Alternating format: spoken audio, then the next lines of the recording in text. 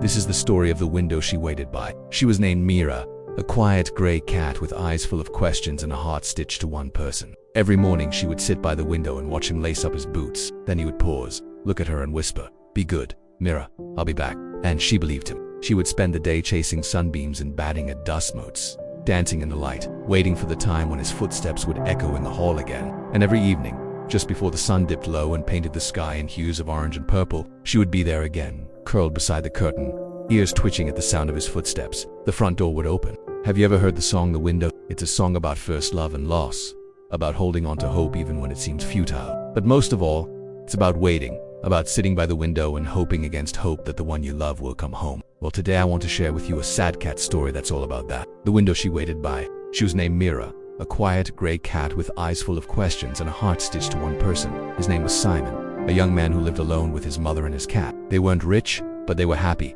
And for Mira, life was perfect. She spent her days napping in sunbeams and chasing butterflies in the garden, and her evenings were filled with the laughter of her beloved Simon. Every morning, just as the first rays of sunlight touched their little cottage, Mira would wake up and pad softly to the window. There she would sit, her green eyes shining with curiosity, watching Simon go about his morning routine. First, he'd wash his face and put on his shirt, then he'd pull on his boots, and finally, he'd pause by the door and turn to look at Mira.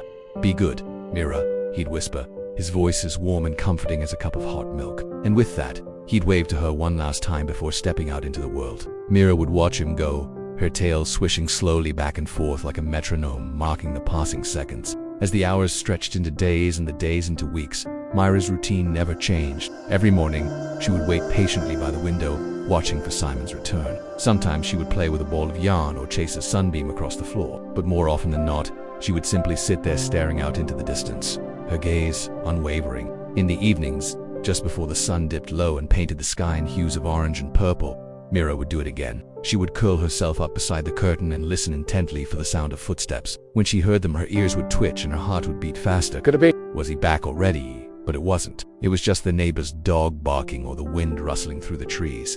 As the days turned into weeks and weeks into months, Mira's hope began to dwindle. She started spending more time sleeping, less time playing. Her fur, once sleek and shiny, became matted and dull. Her eyes, once bright and curious, lost their sparkle and turned cloudy. One evening, however, just as the sky was turning a deep indigo and the stars beginning to peek through, Mira heard a sound she hadn't heard in what felt like forever. Footsteps. She shot off the sofa and raced to the window, her heart pounding in her chest. Could it be? Was he really here? But when she looked out into the gathering dusk, all she saw was the neighbor's cat slinking past their cottage. Mira let out a plaintive meow and pressed her paws against the glass, but the other cat just stared back at her with cold indifference. Before disappearing into the shadows, Mira slumped down on the windowsill, her body trembling with disappointment. The days that followed were some of the longest and hardest for Mira.